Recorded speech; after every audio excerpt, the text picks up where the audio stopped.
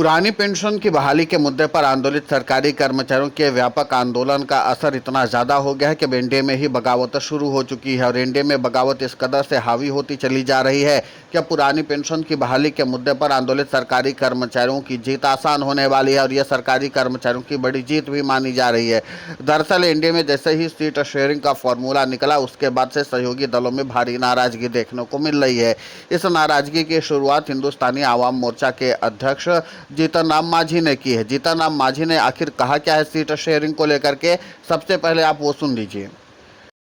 देखिए, आला कमान ने जो तय किया, निर्णय किया, वो निर्णय शिरोधार्य है, लेकिन 6 सीट दे करके हमारे जो महत्व है उसको उन्होंने कम करके आंका है, जिसका हो सकता है कि खामियाजा भुगतना पड़े हमारे एनडीए को। सर क्या आगे अब कुछ नहीं, अब कुछ तो सुना आपने किस तरीके से हिंदुस्तानी आवाम मोर्चा के अध्यक्ष यानी हम के अध्यक्ष केंद्रीय मंत्री जीतन राम मांझी ने क्या कहा। उन्होंने कहा कि एनडीए को इसका खामियाजा भुगतना पड़ जाएगा, लेकिन एनडीए के खिलाफ बगावती सुर बुलंद करने में सिर्फ हिंदुस्तानी आवाम मोर्चा के अध्यक्ष जीतन राम मांझी ही नहीं शामिल हैं, बल्कि इसके अलावा सुभाषपा के अध्यक्ष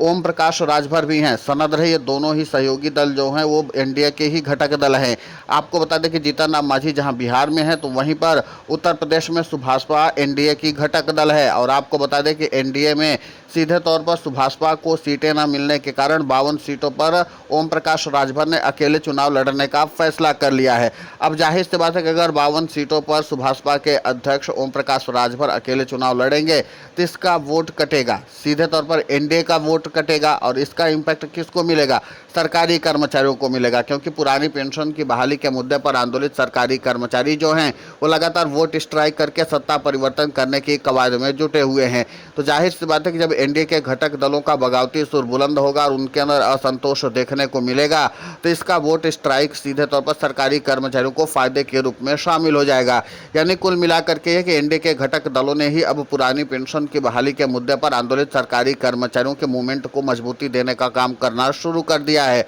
आपको बता दें कि पुरानी पेंशन की बहाली के मुद्दे पर आंदोलित सरकारी कर्मचारी जिस तरीके से बिहार में एंटी इनकम्बेंसी का माहौल पैदा किए हैं और उन सबके बीच में सरकारी कर्मचारियों का जो इम्पैक्ट देखने को मिल रहा है, और ऐसे में अगर कुछ सहयोगी दल बीजेपी के खिलाफ वोट स्ट्राइक करवा देते हैं, यानी कि सीधे तौर पर अपने प्रत्याशी उतार देते हैं, तो भले ही इनको चुनावी जीत के लिहाज से वोट ना मिले, लेकिन इतना तय माना जा रहा है कि ये लोग जीत के मार्जिन को कम कर सकते हैं। यानी कि जितने वोटों से एनडीए के घटक दलों को जीत मिलने वाली थी उसी वोट को यह कम कर देंगे और इसी के नाते से सरकारी कर्मचारियों को इसका बड़ा फायदा हो सकता है। अब सरकारी कर्मचारी जहां एक तरफ वोट स्ट्राइक करके सत्ता परिवर्तन करने की रणनीति पर काम कर रहे हैं, तो दूसरी तरफ एनडीए के सहयोगी दल भी इस मामले पर मुश्किलें बढ़ा रहे हैं। देखना महत्वपूर्ण होगा कि जिस तरीके से पुरानी पेंशन की बहाली के मुद्दे पर आंदोलित सरकारी कर्मचारियों ने अपने इम्पैक्ट को काफ़ी ज़्यादा मजबूत कर दिया है, उसके नाते से आगे की रणनीति कितनी ज़्यादा मजबूत दिखाई देती है एनडीए की। आपको बता दें कि 101 सीटों पर खुद भारतीय जनता पार्टी लड़ रही है और 101 सीट पर जेडीयू लड़ रही। इसके अलावा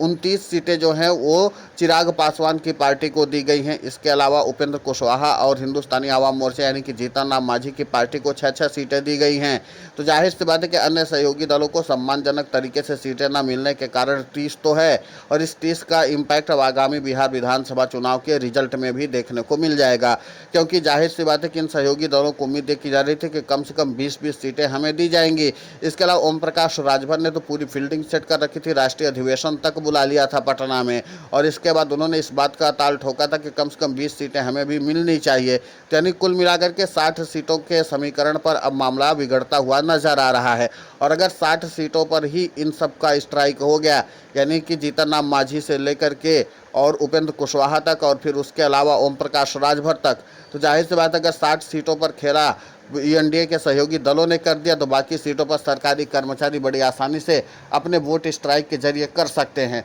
और जब सरकारी कर्मचारियों के साथ एनडीए के घटक दलों का खेला मिल जाएगा तो जाहिर सी बात है कि सत्ता परिवर्तन करने में ज़्यादा समस्या आने वाली नहीं है। तो कुल मिलाकर के यह है कि पुरानी पेंशन की बहाली के मुद्दे पर आंदोलित सरकारी कर्मचारी बिहार विधानसभा चुनाव से पहले ही सीट शेयरिंग में ही जीत हासिल और बढ़त हासिल करते हुए नजर आ रहे हैं। अब इसके बाद अगर पुरानी पेंशन की बहाली के मुद्दे पर आंदोलित सरकारी कर्मचारी अपनी रणनीति को और धार देते हैं और जमीनी स्तर पर काम करते हैं और खासकर बूथ स्तर पर अगर पुरानी पेंशन की बहाली के मुद्दे पर आंदोलित सरकारी कर्मचारी अपनी रणनीति को और भी ज़्यादा इम्पैक्टफुल बना लेते हैं तो जाहिर सी बात है कि सत्ता परिवर्तन होने में ज़्यादा समय नहीं लगेगा। अब सरकारी कर्मचारी वोट की चोट के जरिए सत्ता परिवर्तन करने की रणनीति पर काम कर रहे हैं। इसके अलावा संपूर्ण सत्ता परिवर्तन का पुरानी पेंशन की बहाली के मुद्दे पर आंदोलित सरकारी कर्मचारियों ने पहले ही ऐलान कर दिया है। अब कुल मिलाकर के यह है कि पुरानी पेंशन की बहाली के मुद्दे पर आंदोलित सरकारी कर्मचारी जिस तरीके से रणनीति बना रहे हैं और खासकर यूनिफाइड पेंशन स्कीम से लेकर के नेशनल पेंशन स्कीम को जिस तरीके से उन्होंने प्रचारित किया और उसकी विफलता का भी लगातार प्रचार किया, तो उसके बाद से ही प्रधानमंत्री नरेंद्र मोदी और इसी के साथ बिहार के मुख्यमंत्री नीतीश कुमार की टेंशन बढ़ी हुई है। और इन सब के बीच में एनडीए के सहयोगी दलों ने भी अब प्रधानमंत्री नरेंद्र मोदी और बिहार के मुख्यमंत्री नीतीश कुमार की टेंशन को बढ़ा दिया है। अब ओम प्रकाश राजभर हो या फिर जीतन राम मांझी या फिर उपेंद्र कुशवाहा, अगर ये लोग एनडीए के खिलाफ अपनी नाराजगी दिखा रहे हैं तो जाहिर सी बात है कि इनके वोट स्ट्राइक में भी दम दिखाई देगा, क्योंकि इनकी जाति का समीकरण अगर देख लिया जाए तो इनका जातीय समीकरण काफ़ी ज़्यादा मजबूत है। अगर पूरे बिहार में देखा जाए और अगर ये संदेश चला गया कि इन जाति के नेताओं को महत्व ही बीजेपी ने नहीं दिया तो जाहिर सी बात है कि इनका वोट बैंक भी प्रभावित हो सकता है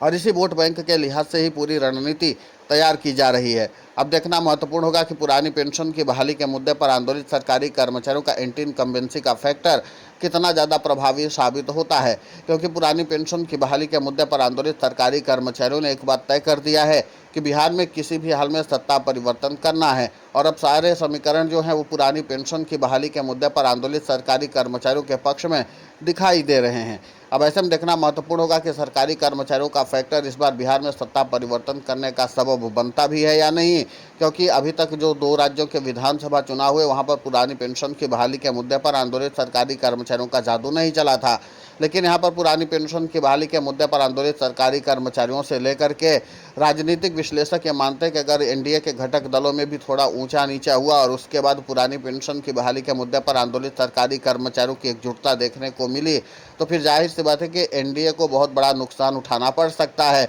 और जिसका इशारा शुरुआत में ही जीतन राम मांझी ने कर दिया था कि आगामी बिहार विधानसभा चुनाव के जो परिणाम होंगे, यानी कि जो मौजूदा बिहार विधानसभा चुनाव चल रहा है, इसमें काफ़ी ज़्यादा खामियाजा भाजपा को भी उठाना पड़ सकता है, जेडीयू को भी उठाना पड़ सकता है और अन्य सहयोगी दलों को भी उठाना पड़ सकता है, क्योंकि 60 सीटों पर सीधे तौर पर अब वोट स्ट्राइक होने जा रहे हैं और ये सरकारी कर्मचारियों की बड़ी जीत है। अगर 60 सीटों पर सहयोगी दलों ने ही रोड़ा अटका दिया तो फिर जाहिर सी बात है कि बाकी अन्य सीटों पर 100 से ज़्यादा सीटें जो हैं उस पर सरकारी कर्मचारी अपने वोट की चोट के जरिए बीजेपी को और जेडीयू को सीधे तौर पर बैकफुट पर ला सकते हैं। फिलहाल इस पूरे घटनाक्रम को लेकर के आपकी प्रतिक्रिया बहुत महत्वपूर्ण होती है, आप हमें कमेंट करके ज़रूर बताएं। साथ ही पुरानी पेंशन की बहाली के मुद्दे पर हम लगातार आंदोलित होकर के खबरें चला रहे हैं, तो आप हमारे समर्थन के लिए चैनल को सब्सक्राइब करें, खबर को ज़्यादा से ज़्यादा शेयर करें ताकि पुरानी पेंशन की बहाली का मुद्दा और बुलंद हो।